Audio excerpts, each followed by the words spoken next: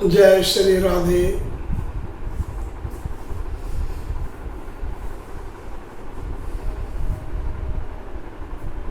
यमराज से प्रश्न किया नचिकेता ने कि हे भगवान, क्या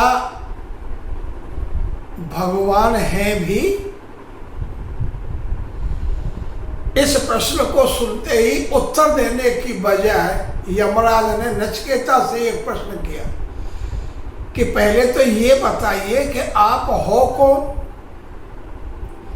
पहले तो अपने आप को जानना जरूरी है, भगवान तो बाद में ही जाना जाता है या नहीं, ये तो विचार करने की बात है। पहले अपने पर विचार करिए कि मैं हूं तो मैं कौन हूं, यानी यूं कहो कि आप कौन हो। पहले अपने आप को तो जानो, तभी तो भगवान को जानने की कोशिश करोगे।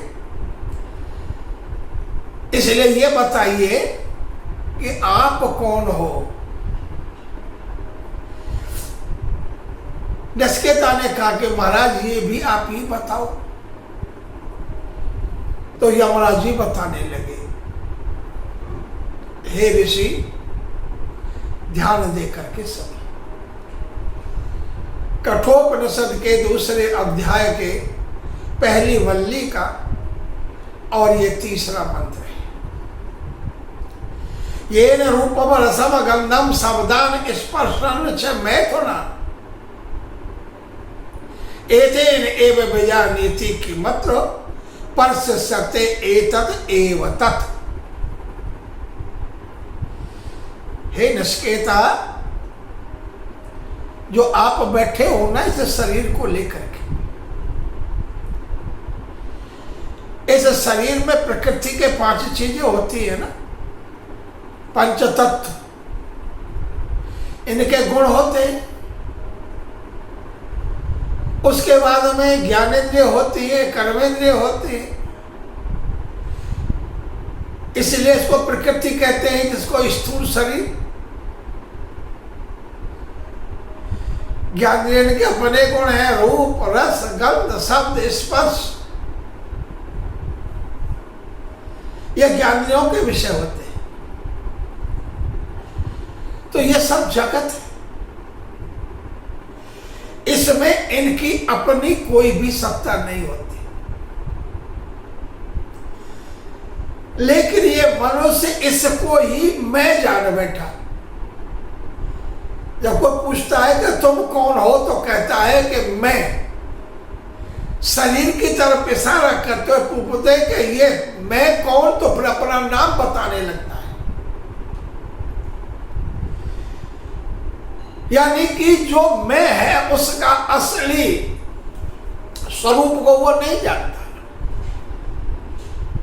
मैं के नाम पर हर बात में मैं लगाता है। मैं ये करूंगा, मैंने ये कर दिया, मुझे ये करना है, और तुम मुझे जानते नहीं हो, मैं कौन हूं। जब और तो कोई तब जानेगा आपको, पहले अपने आप ही अपने को नहीं जानते और कहते हो दूसरे, तो आप मुझको जानते नहीं हो क्या कि मैं कौन हूं। अरे जरा सोचो, दूसरा तो तुमको जब जाने, पहले तुम अपने आप को तो जानो कि मैं कौन हूं। हर बात में मैं बकरी की तरह मैं लगा रहता है।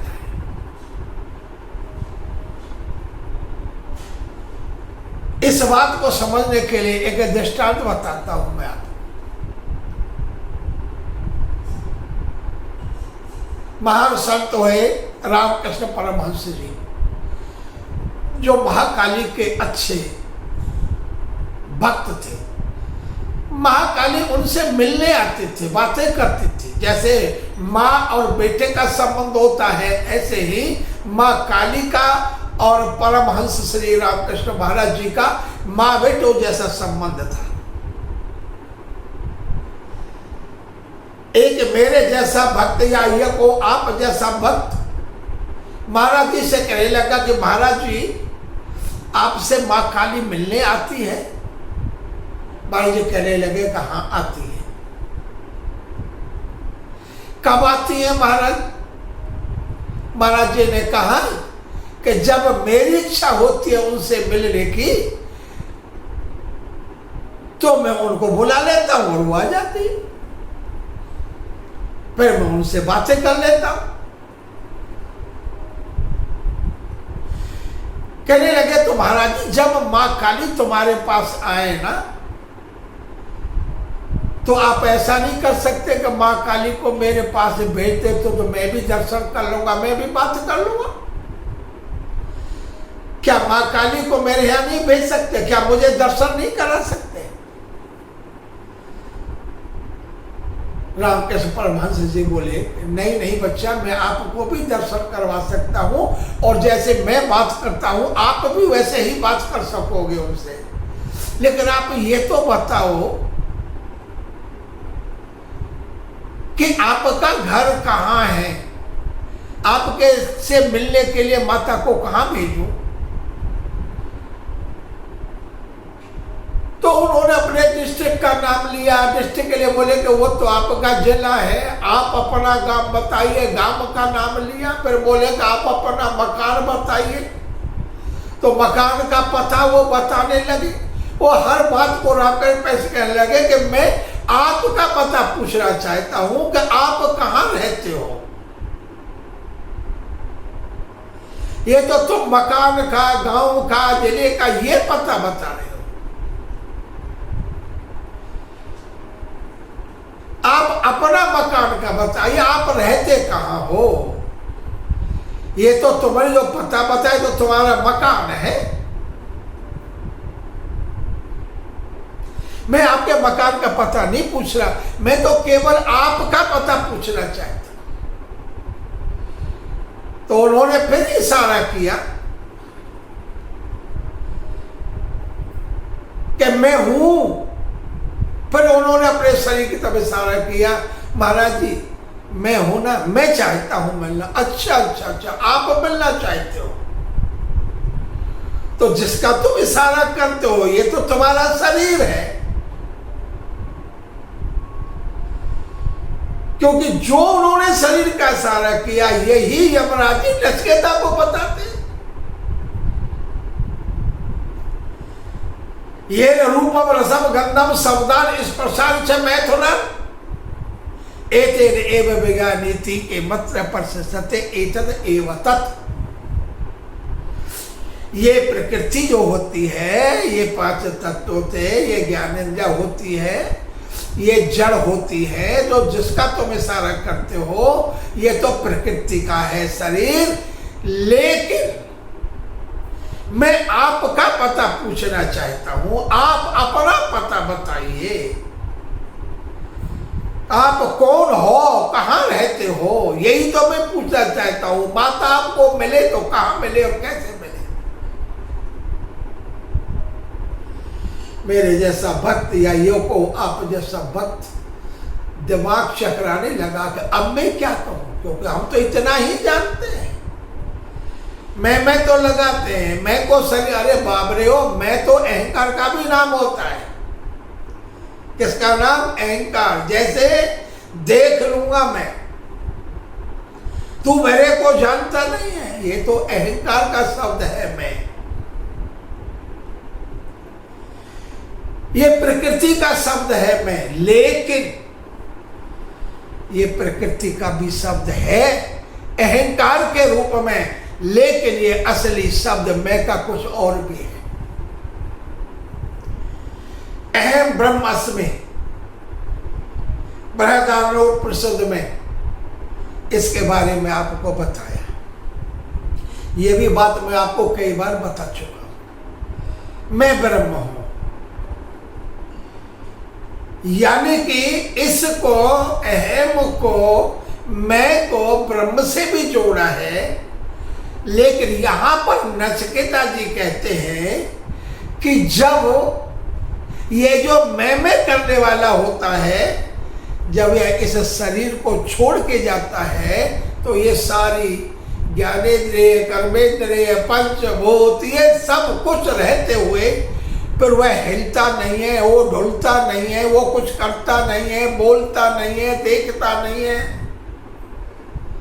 उनकी सारी शक्तियां वो खत्म हो जाती हैं। तो उन्होंने कहा कि जिसकी शक्ति से ये पंचभूत क्रियावान हो रहा था वो इसमें नहीं है, तो वो कौन है? उसके लिए उन्होंने बताया वह मैं हूं। मैं कौन? जीव आत्मा। मैं शरीर नहीं हूं, पंचभूत मैं नहीं हूं, ज्ञानेंद्रियां नहीं हूं, मन नहीं हूं, बुद्धि नहीं हूं, अहंकार नहीं हूं। ये जो चीजें होती है ये मैं नहीं हूं। मैं वो हूं कि जो मेरे द्वारा ये प्रकृतिस्थ स्थूल जो शरीर था ये मेरे द्वारा चल रहा था। जब तक मैं इसमें रहता है तब तक यह क्रियावान होता है, और जब मैं इसमें नहीं रहता तो यह शरीर जिसको आप कहते हो मैं हूं मैं हूं मैं हूं, इस शरीर की तरफ आप इशारा करते हो, लेकिन आप वो शरीर नहीं हो। मैं का मतलब है कि मैं जीव आत्मा हूं। दूसरे तरीका से भी इसको समझ सकते हैं। किसी आदमी ने कहा कैसे परे हो चारपाई पर, क्या हो गया? कैसे बेचैन हो? कहने लगे बेचैन नहीं हो, आज मेरे शरीर में दर्द हो रहा है। दूसरा पौधा शरीर में काम हो रहा है तो कभी सिर की तरफ इशारा करता है, या कभी हाथ की तरफ करता है, या घुटनों की तरफ करता है, या कमर की तरफ करता है, या कान की तरफ करता है, या आंख की तरफ कहता है कि मेरी आंख में दर्द हो रहा है, मेरे कान में दर्द हो रहा है, मेरे शरीर में दर्द हो रहा है, मेरे सिर में दर्द हो रहा है, मेरे घुटने में दर्द हो रहा है। फिर भी यह इस शरीर की तरफ इशारा करता है कि मेरे घुटने में दर्द है, मेरे सिर में दर्द है। इसका मतलब क्या हुआ कि वह दर्द मेरे में नहीं है, वो किस में है? शरीर में। तात्पर्य क्या हुआ कि मैं इस शरीर से भी अलग हूं। शरीर का दर्द मेरा दर्द नहीं है, मैं वो हूं। कौन हो? मैं वो हूं जो शरीर के क्रिया या शरीर का जो कर्म है, शरीर का जो कोई कृत्य है, वह कृत्य मेरा नहीं है। मैं उस कृत्य से अलग हूं, मैं उस शरीर से अलग हूं। लेकिन ये शरीर मेरे ही द्वारा क्रियावान होता है, मेरी ही शक्ति से, यानी जीव आत्मा की शक्ति से ये क्रियावान होता है। इसलिए मैं वो हूं, शुद्ध हूं, चैतन्य हूं, अनादि हूं,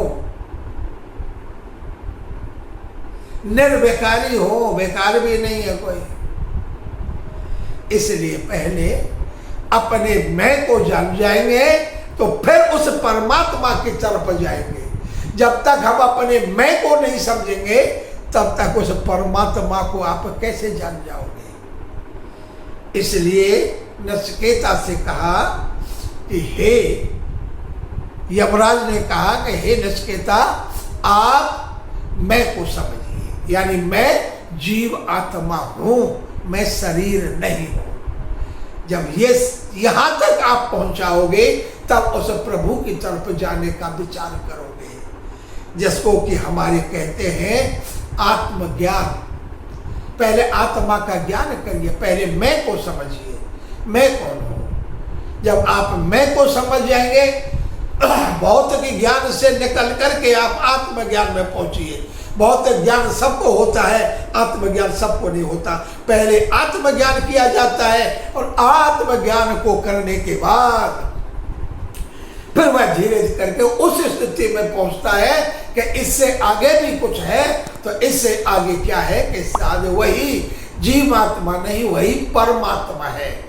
फिर उस परमात्मा के बारे में जाना जाता है। मेरे विचार से आप समझ गए होंगे कई दृष्टांतों के द्वारा। समझाने में थोड़ा सा वीडियो बड़ा हो जाता है, इसलिए मैं जीवात्मा हूँ। अब हमें इस जीवात्मा को जानने के बाद में फिर हमको प्रभु को जानना है। कैसे जानना है कि क्या परमात्मा है भी? अगर वो है तो हमको दिखता क्यों नहीं? इस प्रश्न का, क्योंकि ये प्रश्न नचिकेता जी ने यमराज जी से किया था कि क्या भगवान है?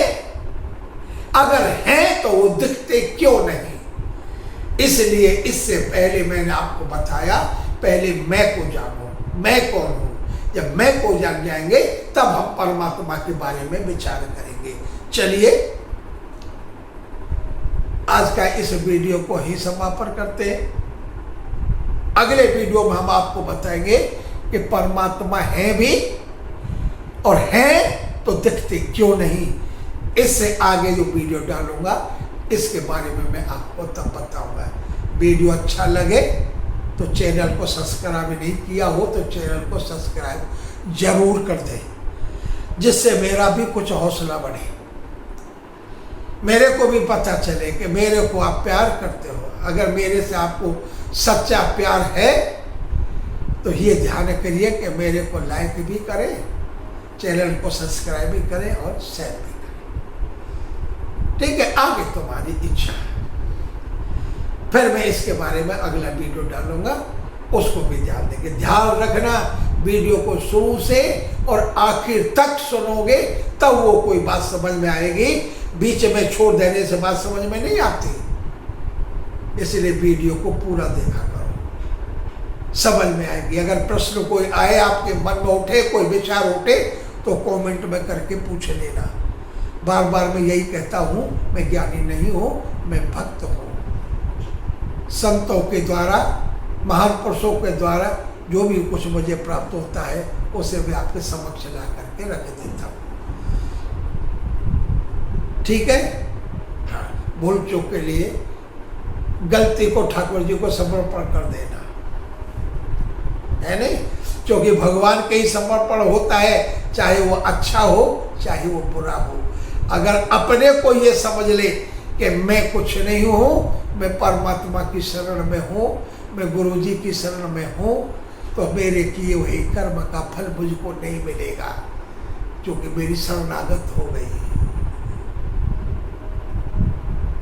चलता हूँ। जय श्री राधे।